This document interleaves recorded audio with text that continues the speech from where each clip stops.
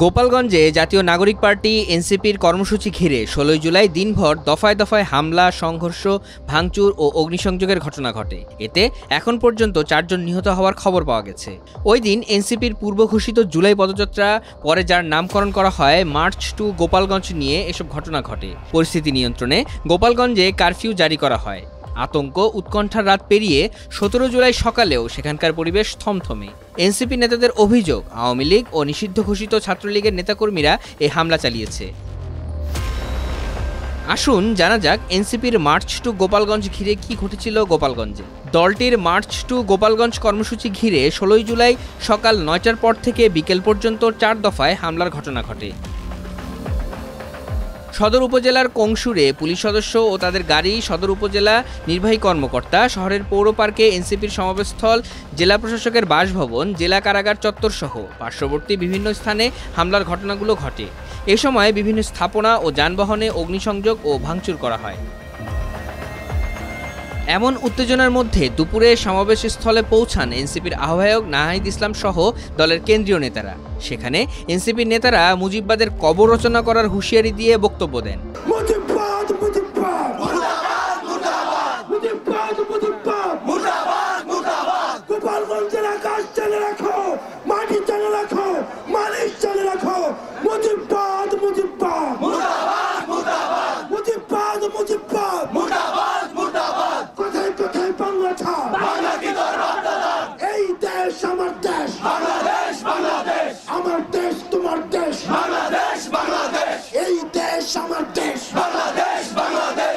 গোপালগঞ্জবাসী, আমরা আপনাদেরকে কখনো ফ্যাসিস্টের সাথে মিলিয়ে ফেলতে চাই না, কিন্তু আপনাদেরকেও ওই ফ্যাসিস্টের যেই দালালেরা এখনো আশেপাশে ঘোরাফেরা করছে তাদের থেকে নিজেদেরকে আলাদা করতে হবে।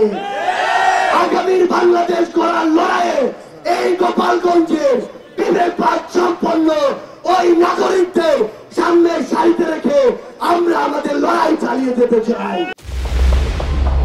সংক্ষিপ্ত সমাবেশ শেষে ফেরার পথে দ্বিতীয় দফা হামলার শিকার হন এনসিপির নেতারা। এ সময় তারা গোপালগঞ্জ জেলা পুলিশ সুপারের কার্যালয়ে আশ্রয় নেন। সেখানে এই হামলার জন্য এনসিপির নেতারা আওয়ামী লীগ, ছাত্রলীগকে দায়ী করে এবং হামলা মোকাবেলায় স্থানীয় প্রশাসন, পুলিশ সহ আইনশৃঙ্খলা রক্ষাকারী বাহিনীর ভূমিকা নিয়ে প্রশ্ন তোলেন। আমরা তো সকালবেলা থেকে আসতেছিলাম, এখানে যারা সমাবেশ ছিল তাদের উপরে হামলা হয়েছে। তারপরে আমরা সব বাধা বিপত্তি এড়িয়ে এখানে এসেছি। আমরা সমাবেশে বক্তব্য রেখেছি। বক্তব্য শেষ পর্যায়ে আমরা যখন রওনা দিলাম তখন গ্রাম থেকে সব আওয়ামী লীগের, যুবলীগ এবং সারা বাংলাদেশের যারা আওয়ামী লীগ, যুবলীগ আছে তারা এখানে আশ্রয় নিয়েছে।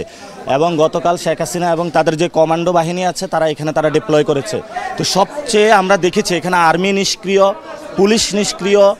আমাদের যদি বলা হতো আমরা প্রোটেকশন নিয়ে আসতাম, কিন্তু যখন আমাদেরকে বলা হয়েছে যে এখানে পরিস্থিতি শান্ত আছে, কিন্তু আমরা বাস্তবে এসে দেখেছি এখানে পরিস্থিতি শান্ত নয়। এখানে পুলিশ প্রশাসন সক্রিয়করণ করা হয়েছে, তারা আওয়ামী লীগদের এখানে সাপোর্ট দিয়ে যাচ্ছে। আমরা একটি জায়গায় এখন অবরুদ্ধ রয়েছি।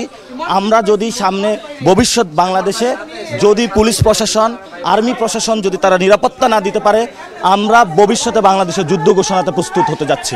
আমরা গোপালগঞ্জবাসীকে সঙ্গে নিয়ে এখানে পূর্ণ সমাবেশটা করছিলাম।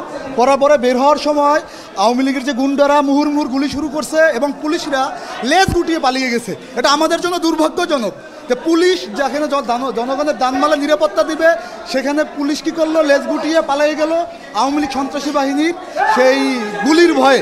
আমরা দেশবাসীকে আহ্বান জানাই, গোপালগঞ্জ চলে আসুন। গোপালগঞ্জের নিপীড়িত জনতাকে আহ্বান জানাই, আপনারা রাস্তায় নেমে আসুন।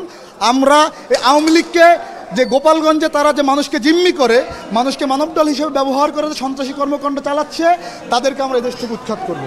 জুলাইয়ের বিপ্লবীরা, যাই বিপ্লবীরা এদেশ থেকে স্বৈরাচারী ফ্যাসিস্ট হাসিনাকে তাড়িয়েছে, তারা প্রয়োজনে মারা যাবে কিন্তু নত হবে না। তাদেরকে মেরে ফেলতে পারবে কিন্তু থামিয়ে দিতে পারবে না। আমাদের শেষ রক্তবিন্দু থাকা পর্যন্ত আমরা লড়াই করে যাব। আমরা এদেশের মানুষের অধিকার, এই গোপালগঞ্জের অধিকার আমরা আদায় করেই ছাড়বো। আমরা আপনাদের কাছে এনসিপির নেতারা পুলিশি পাহারায় গাড়িবহর নিয়ে ফেরার চেষ্টা করেন, তখনও তাদের উপর হামলা হয়। পরিস্থিতি সামাল দিতে এক পর্যায়ে গোপালগঞ্জে ১৪৪ ধারা জারি করে প্রশাসন। তখন পুলিশের পাশাপাশি সেনাবাহিনী পরিস্থিতি নিয়ন্ত্রণে কাজ শুরু করে, মোতায়েন করা হয় বিজিবি। এ সময় পাল্টাপাল্টি ধাওয়ার ঘটনা ঘটে। আইনশৃঙ্খলা রক্ষাকারী বাহিনীর সদস্যরা সাউন্ড গ্রেনেড ও গুলি ছুড়ে পরিস্থিতি নিয়ন্ত্রণের চেষ্টা করেন। পরে পরিস্থিতি মোকাবেলায় আশপাশের জেলা থেকেও পুলিশ সদস্যদের গোপালগঞ্জে আনা হয়। আইনশৃঙ্খলা বাহিনীর কঠোর অবস্থানে পিছু হটতে বাধ্য হয় হামলাকারীরা। বিকেলের দিকে সেনাবাহিনীর সাজোয়া যানে চড়ে এনসিপির শীর্ষ নেতারা গোপালগঞ্জ ছাড়েন। গোপালগঞ্জের পর মাদারীপুরে কর্মসূচি থাকলেও সেখানে যাননি তারা। গোপালগঞ্জ থেকে গাড়িবহর নিয়ে সন্ধ্যায় খুলনায় শহরে পৌঁছান এনসিপির কেন্দ্রীয় নেতারা। সেখানে এক সংবাদ সম্মেলনে এনসিপির আহ্বায়ক নাহিদ ইসলাম অভিযোগ করেন, গণ অভ্যুত্থানের নেতৃত্বদানকারীদের হত্যার উদ্দেশ্যে গোপালগঞ্জে নিষিদ্ধ ঘোষিত ছাত্রলীগ, আওয়ামী লীগ ও তার অঙ্গ সংগঠনের সন্ত্রাসীরা জঙ্গি কায়দায় হামলা করেছে। মার্চ টু গোপালগঞ্জ বলতে আমরা তো এখানে পদযাত্রা বা মার্চ পুরো সারা দেশই তো আমরা আসলে মার্চ করতেছি, এটা আলাদা কিছু ছিল না। আমি তো প্রথমেই বললাম গোপালগঞ্জের প্রোগ্রাম বা 16 তারিখে প্রোগ্রাম হবে, এটা আমাদের অনেক আগে 15-20 দিন আগে আমাদের এটা ঠিক করা। এটা সেই ধারাবাহিকতা এটা ছিল, এটা আলাদা কিছু ছিল না। বরং এখানে আওয়ামী লীগ আসলে এটা অনেকদিন ধরে পরিকল্পনা করে এই ঘটনাটা ঘটিয়েছে। বাংলাদেশের সরকার, আইন শৃঙ্খলা বাহিনী, গোয়েন্দা সংস্থা আসলে এই বিষয়ে তৎপর হওয়া উচিত ছিল। একটা রাজনৈতিক দল তাদের প্রধান নেতৃবৃন্দ একটা জায়গায় যাচ্ছেন, সেই নিরাপত্তা দেওয়ার জন্য তাদের সর্বধরনের উদ্যোগ আসলে নেওয়া উচিত ছিল। সন্ধ্যার পর এই হামলার ঘটনার নিন্দা জানিয়েছে অন্তর্বর্তী সরকার। পুরো ঘটনাটি পুলিশ সদর দপ্তর থেকে তদারকি ও দিক নির্দেশনা দেন স্বরাষ্ট্র উপদেষ্টা মোহাম্মদ জাহাঙ্গীর আলম চৌধুরী ও বাংলাদেশ পুলিশের মহাপরিদর্শক বাহারুল আলম। সেখানে স্থানীয় সরকার উপদেষ্টা আসিফ মাহমুদ সজীব ভুঁইয়াও উপস্থিত ছিলেন। পরিস্থিতি নিয়ন্ত্রণে 16 জুলাই রাত 8টা থেকে 17 জুলাই সন্ধ্যা 6টা পর্যন্ত গোপালগঞ্জ জেলায় কারফিউ জারির ঘোষণা দেওয়া হয়।